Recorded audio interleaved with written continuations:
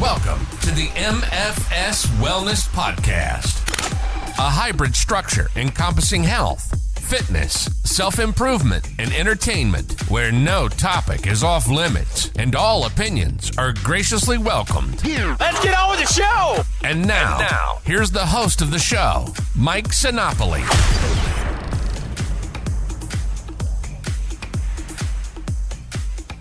This is the MFS Wellness Podcast. I am Mike Sinopoli. The weather is warming up. I'm happier. I get sunlight now, way more than I have been over the last several months. This area of the country in the United States, here in the Midwest, we sit through about 7, maybe 8 months of cold temperatures, overcast. Nothing that's too fun and pleasant to be outside in, but here we are. I'm feeling better and I love it. So my time to move to a warmer climate has passed at this point in life. Maybe in the future I'll be somewhere on a beach, minimizing my life, which is something I'm doing right now, to an extent, as much as I can given my situation and my scenarios. And that kind of leads me into what we're talking about, and it's ditching what no longer serves you.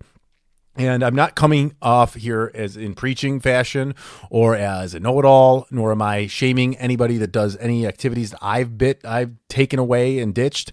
It's all just my perspective a little bit and kind of infiltrating things I've seen and learned about ditching what no longer serves you. That can kind of sound selfish, ditching what no longer serves you, because who's supposed to serve me? People, things, what is it? Serving you, it kind of just, does it add value to your life? Is it something that's that important? Is the value that you and the happiness you even gain from it even worth it? Like, is this joy that I get from this activity or this person, or is this even worth it? And I'll explain that a little bit more. I have a really good example for me that I'm going to use, and I'll get into that. But a lot of times, we like to hold on to things as people. We conserve things. We hold traditions. We kind of like look back in the past a lot, many of us, with heavy nostalgia, and kind of think of everything so fondly from where we've been that we just don't want anything to change, and we resist change. And I've been there with that, resisting change and trying to hold on to things in the past. I am way too fond of the past, which is a good thing because it means I guess my past was good overall, and I have no complaints. But sometimes things run their course. People run their course. Activities run their course. Jobs run their course. Where you live runs its course, and you got to know a time when it's time to move on. And a lot of times that can be difficult. It can be confusing because some of those things that are actually, deteriorating parts of your life are actually still bringing you joy in some sense. So I'm going to go ahead and use my example of that, of something that I have completely ditched that no longer serves me in any way. And I want to make sure that I preface this by saying that if you still do this activity, I don't think any less of you. I don't think I'm any better than you. I don't shame you or any of that. And for me, it's watching sports and following sports. I have completely stopped even caring. If any of you know me from the past or followed me on social media, especially Facebook over the last decade or so, you would see ad nauseum, post after post during a Cubs game, during a Bears game, during a Bulls game. I would be very active, very vocal, very passionate about these teams. I grew up in the 90s. The Chicago Bulls were my thing when growing up, and I wouldn't change a thing about that. I loved, and I'm so grateful for the ages that I was from 1991 to 1998, while the Bulls were an absolute dynasty and one of the greatest sports entities we've ever seen. And to this day, I'll still throw on, an old game, or maybe I'll watch a documentary from the era, the old Netflix Last Dance. I've rewatched a few times because I just look back fondly on that. And that's part of my youth, part of my life that I'll never, ever, ever, ever shun. It was a great during that time. However, as time had gone on, and I sort of tried to get that back, that youthful excitement for the Chicago Bulls during that time. And I think it's both a combination of being so young and impressionable, and also let's be honest, it was the Michael Jordan era. That was exciting. There are, and sports is still exciting if you're a fan. It's okay. For me, I tried to revive that when Derrick Rose came back and the Bulls made a little bit of a run about a decade later. But whatever, so I kind of went with that. And, the Cubs were another one, and the Cubs won the World Series. Boy, did I had my kids watched, or my kid at the time, I needed to get to the front of the bar, right in front of a TV 2 hours early, ready to go. With football, I would watch NFL Red Zone on Sundays from 12 till 8, and then I'd watch Sunday Night Football from that. It would be a whole day of football. I would be upset and pissy because someone would plan something on a Sunday, and I just wanted to sit there, watch Scott Hansen and NFL Red Zone all day. That was just what I like to do. In a sense, I do miss that, and I really do, in a sense. But at this time, I have come to this. It was actually not even a conscious thing, to where I just stopped caring about sports. I just realized, there's more important things to kind of deal with here. I think it started with COVID-19 and that pandemic thing and all of that, and how everything got shut down. It just seemed like everything sports-wise, and no fans were there for a little while.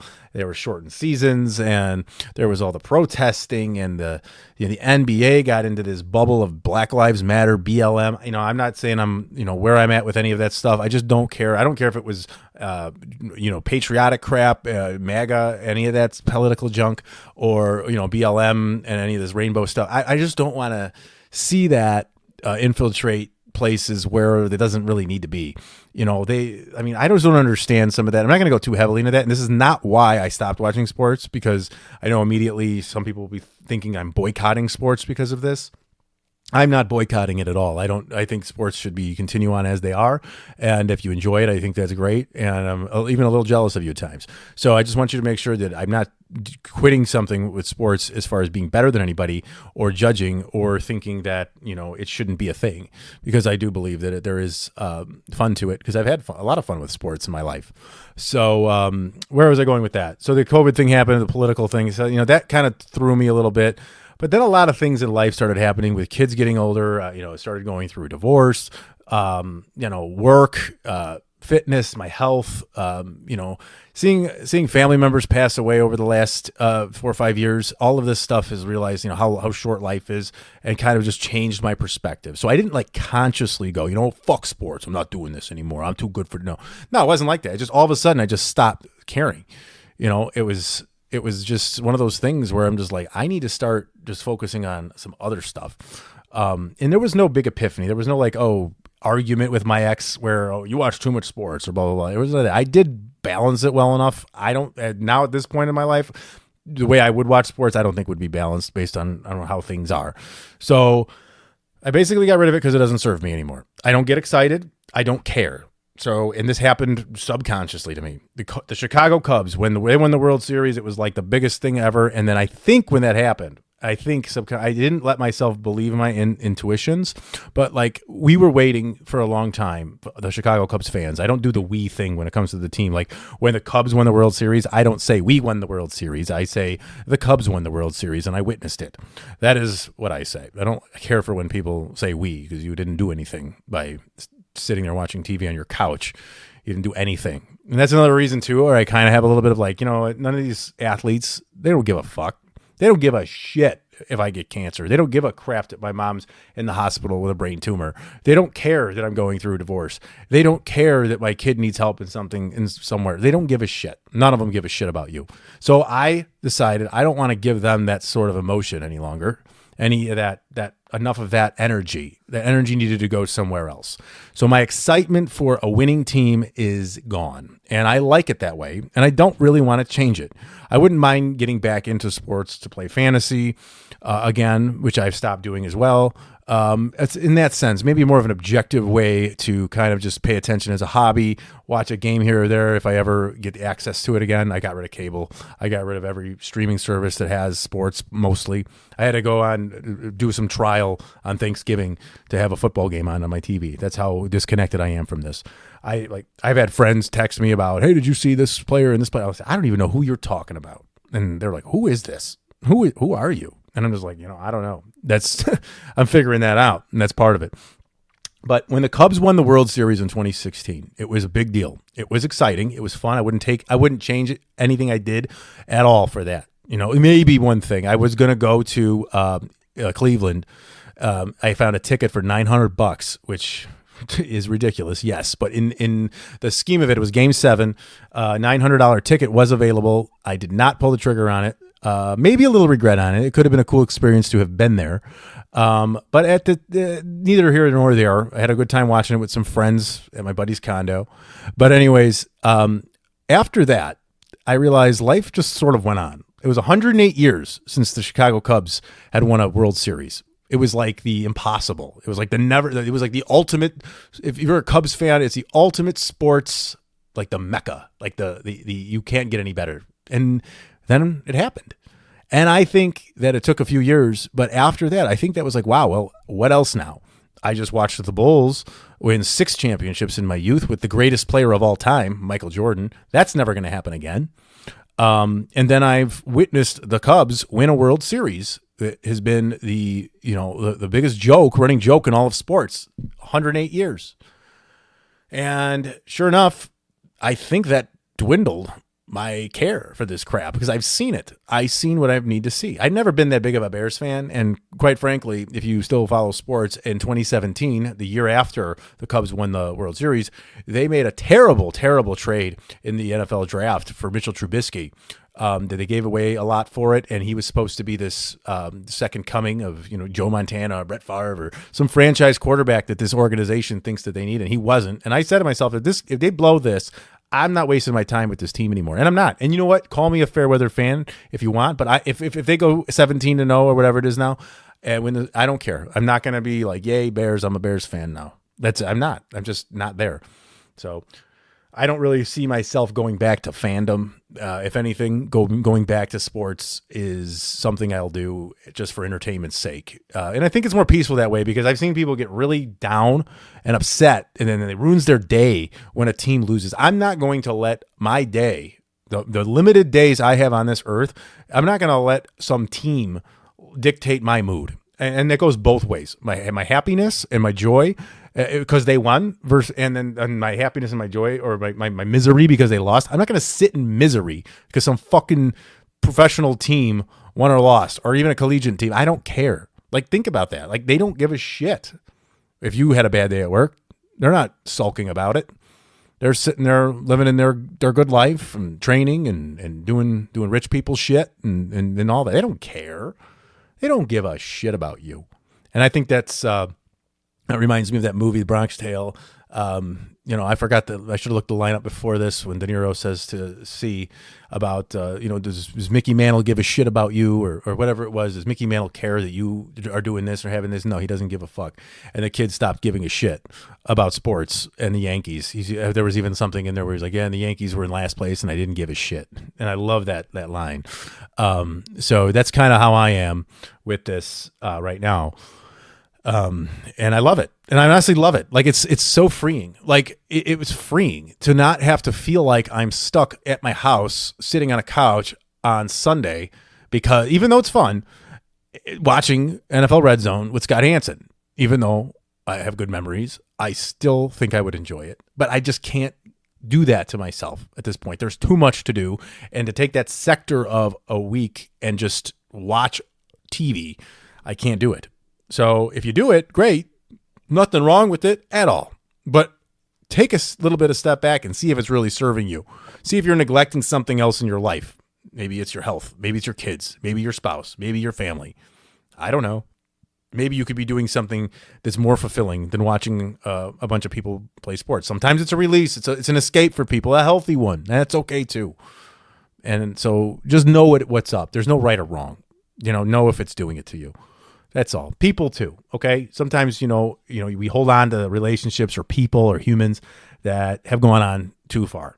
And sometimes, you need to cut ties, and sometimes it's hard. It's hard to do it, especially if, this person hasn't really wronged you in any way and their energy just sucks and you just can't be around them any longer. It's tough. Sometimes maybe there'll be a disagreement or an argument and they'll excuse themselves from your life. And then it's up to you to not go back and try to, make peace, because you need to have every little aspect of your life perfect and tailored to a certain way where everybody likes you. Because if you want everybody to like you, you're probably going to be pretty upset with yourself, because just the way we are and as individualized as we are, and not everybody's going to like you no matter what you're doing. Even if you're doing good shit, there's going to be someone that doesn't think so and thinks you're self-serving and virtue signaling or whatever it might be. So, let them walk away. That's what I've done with some friendships, whether I excuse myself partially and they excuse themselves partially. It doesn't have to be nasty. You don't even have to have bad blood. We just don't mesh. We just don't get along anymore. We just don't. It's just the personalities aren't there. One of you have grown. One of you have not grown, or you just grown differently, and that's fine. We feel like all the disconnections have to just be nasty and just like somebody has to be right, somebody has to be wrong. There has to be a blame. No. I've cut some ties in my life, and there's no blame on any side. If they want to place blame at me, let them. Mel Robbins had a really good podcast where she just said, let them.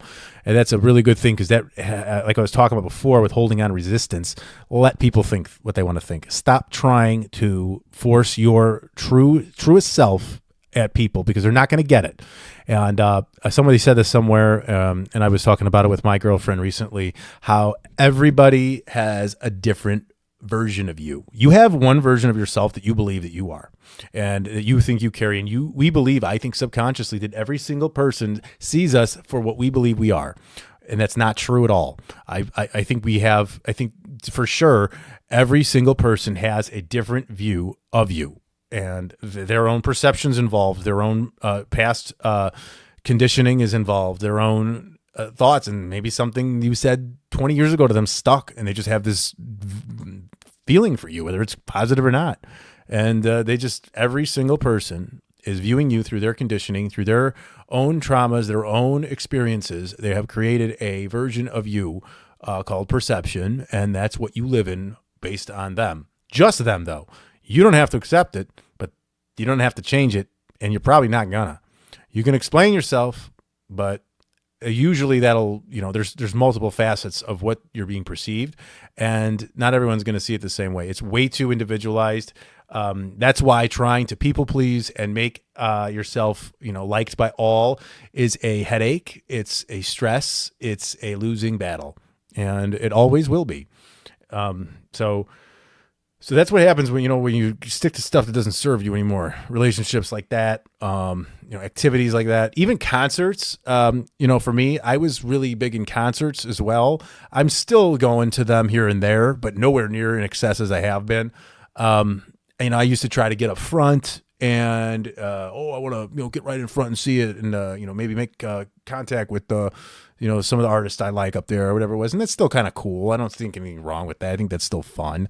But to put that sort of effort in right now isn't where I'm at. It could just be a shift in life. Maybe I'm just getting, getting older, right? 41 now. And maybe just my style has changed, my preferences. I like to be more in quiet places. For a guy who likes his heavy metal, I'm not too much into the scene at this point. It's fun. I still respect it. I listen to it still, of course. But going to the shows right now is not a priority where this used to be the main event. Sports, that was it, man. I used to go on a Cubs road trip. Me and some friends for a few years in a row, we would go to a road game for the Cubs, and we would go to concerts, some out of town, some 3-day festivals, and this is what we did. And I would drink a lot of alcohol during this too, which is another thing that no longer really serves overall. I have gone to a few glasses of wine here and there, and tried it again, and it's just it. I can see it's not serving me. So it's another thing I have to just kind of recalibrate and say, do I even want this at all again? After 2 years off of drinking, being able to have a little bit of wine seemed freeing, but what's it really doing? So it kind of, sometimes with alcohol, you come to a crossroads and you have to sort of just assess yourself. Is it really worth it? Is that glass of wine with my girlfriend worth it? Is that glass of wine at the restaurant worth it? Is the beer at the concert, is it worth it just to have a few? Is it worth the money? Is it worth, the damage to your health? So moderation might be fine if you can find it, but fortunately, I have had no issue when I've tried it again. But boy, have I switched my baseline and from where I was. So that is a huge success for me. I used to have I talked about on the podcast before, it was like a religion, alcohol. It was a religion to me. It was like every weekend. I wouldn't drink every day, but every weekend, 1 day a week, I just wanted to throw my keys away, get an Uber to make sure my kids were watched and safe, and just say no responsibilities now. Gloves are off. And I would just go out, eat what I wanted, drink what I wanted, did what I wanted, spent what I wanted. And, I spent the whole next day feeling like complete shit. And I just couldn't do that anymore because, because it doesn't seem like a lot. Balance is weird when you start to think of things and you go deeper into it. Because if you heavily drink, binge drink once a week, you're actually spending 104 days of the year drunk or hungover, which is about a third of the year drunk or hungover when you really break it down that way. Right. So the binge is gone for me because I don't even want to touch the feeling of a hangover again. I cannot stand that sluggish feeling, that headache, the dryness, the dehydration, the nausea that comes. It's not for me. It does not serve me. So find a way, the things don't have to be completely cut out, I guess, in a sense, so it doesn't have to be all or none.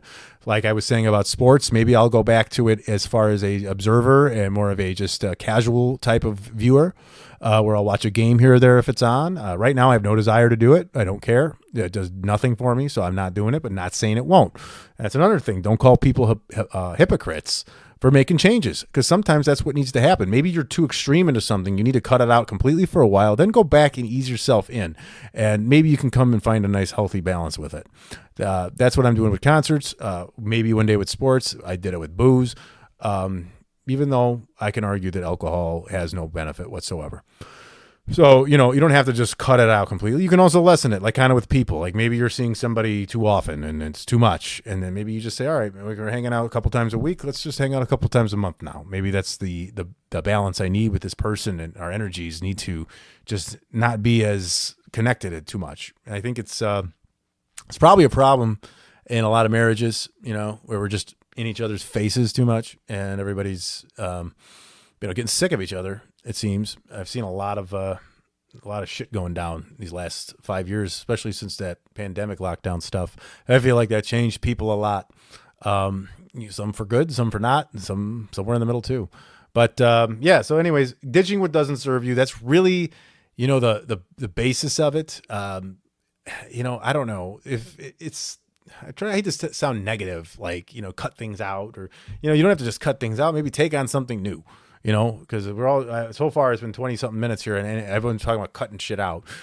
Take on something to replace it. That's like the biggest thing. If something's not serving you and it's a negative, okay, so you get rid of it. Now you're at baseline. Now replace that time that you spent with that person, with that activity or that job or whatever it is, and find something more positive for yourself. Talk about hitting it twice, right? You ditch the negative and then you swing it up to a positive rather than just come back to baseline and just be okay.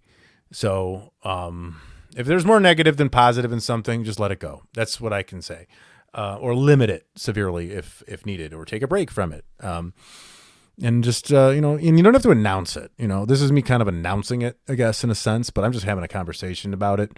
So, if you see me at somewhere watching a basketball game, don't be like, hey, you motherfucker, you lied on your podcast. Look at you watching that shit. I said, all right, look, it's all right. I've watched one football game in the last 4 years. So, whatever, it's on. I was, someone had a party, the game's on, I'm sitting there watching it with people. That's totally fair. I just don't care. The passion is where I'm at. I don't care who wins. I don't care if the Bears win or lose. It doesn't matter to me. So I love that feeling. Maybe I'll feel left out when something goes down with sports teams, but right now I just don't feel that, because like any of those teams could just go into first place and get the excitement going. It's just not there, and that's okay. And I feel good about it. So anyways, that really is it. This is more about me, I guess, than like helping anybody else, just because, like I said before, we're so individualized that, I can only give you an example of myself. I could give examples of a bunch of stuff that might not hit you, where you need to be hit with it. But in a sense, that's just the only way I can relay it right now. If you're feeling that, find ways. It doesn't have to be mean. It can be subtle. It doesn't have to be said direct to somebody. If it's something like an activity or a job or whatever it is, there's easier ways out of that. It's just yourself and disconnecting from it. You might have to explain yourself to people, and they're not going to understand at all. And they're going to feel like that you think that you're better than them. They're going to feel that. Like if you have a group of friends, you all go get together, you watch the Bulls together, and then you're like, you know what, guys, I'll still show up because I like your company, but I don't care about the game anymore. I realized I'm coming to this, and that was what I did with fantasy sports. I just realized I liked the drafts to give it back with my friends, my family, and who we were doing it every year is like a tradition. So I thought that was the cool part of it, and maybe I'll bring that back one day, but I don't know. So, you can do that, and you might not be accepted. That's the hard part, and then that kind of trickles now. Are these people even your people? Because if they can't accept you not watching a Bulls game, well, what the hell is that? That's them serving themselves, and everyone needs to be like them because, okay, the same thing goes for people who switch it up and work out, but, hey, that pisses people off, going to the health route. Like, you see a bunch of friends, like it's happening, you just start working out and getting healthy and doing shit for yourself that's out of the ordinary, reading a little bit more, going on walks, going on runs, lifting weights, eating better. It pisses people off. It makes them uncomfortable because they think that you're trying to be better than them. You're trying to be better than yourself, but they perceive it in that first person. They're not self-aware enough to come to the realization that they're just protecting their own ego and they're projecting their insecurity in themselves due to your actions. And that's something that you cannot sit there and coddle that because you will go nowhere. All they want you to do is be more like how you were or how they are, and then they'll just sit there and let you rot in their little bubble of comfort. And that's all that will happen. So you're going to have to be okay pissing off a few people and let it be. Within reason, of course. You don't want to be neglectful to your kids or anything of the sort and have a bad damaged relationships with like that. But within reason. And, I can give 100 examples and I'm sure we can nitpick it apart of what's right, what's wrong. And I think we'll all have different views. So I don't think I'm going to go that route. Just, use your best judgment for yourself. If you really believe that changing an activity or a hobby or a habit is going to damage a relationship with a person, just make sure that it's where you think it's the right path for yourself. That's it. Just go down the line. Hey, if this person leaves my life, how am I going to feel? Is it worth keeping this activity to keep this person, or am I about to ditch 2 negative pieces in my life and really improve because the activity is gone and the person that was kind of enabling it with me is gone too?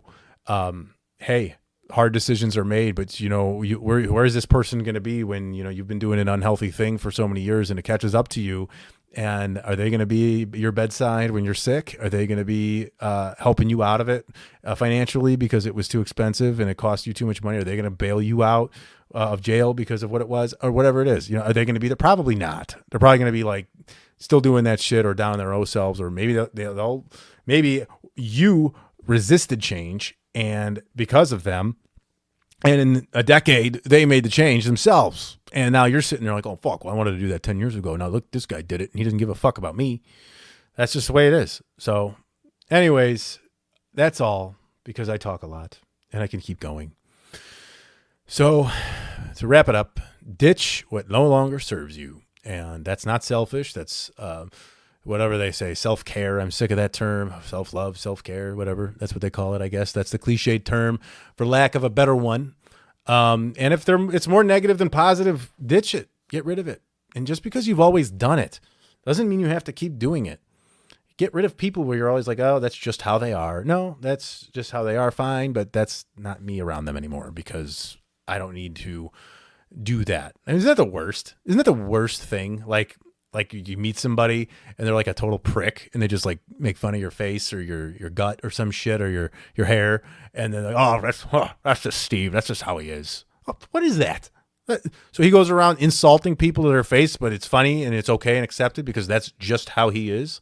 Who says this shit?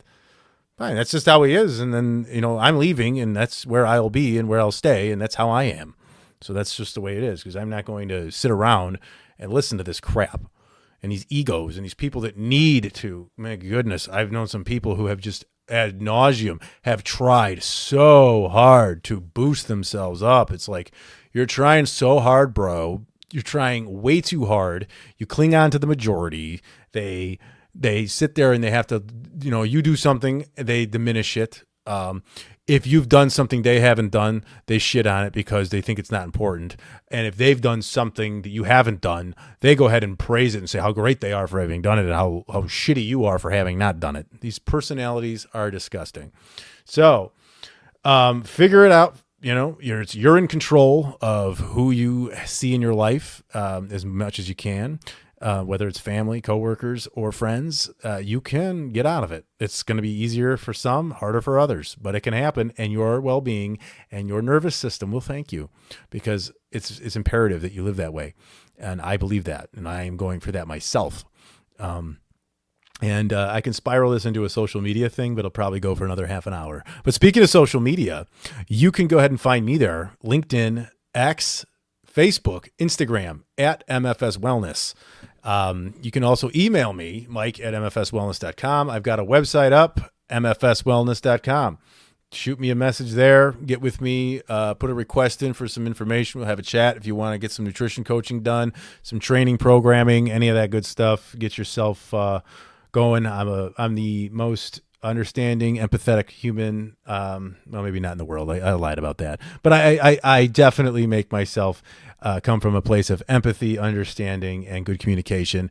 Because it's so much more than just a short time to go on a diet, to go on a quick training thing to get yourself right. It's a lifelong thing, because you can't just do 3 months and stop. You can't just say, I'm going to eat no carbs for 3 months and stop. You don't want to just go for that summer body and stop, because at Christmas, again, you're going to be like, oh shit, look how good I looked in July. Now look at me. So let me know, and we can find something so you never have to go on a diet again. All right. So that's the contact info. That's been this episode here. And we will be back with another one. I've been trying to get some more people on here, but it's been such a pain to schedule it based on everyone's level of just being busy and doing things. And it's probably not going to slow down now that May has begun and summer is right around the corner, and we want to be outside doing shit, not in my cave doing podcasts. But nonetheless, I will keep it going. And I appreciate all of you who listen. And until the next episode, I will talk to you then. Thank you.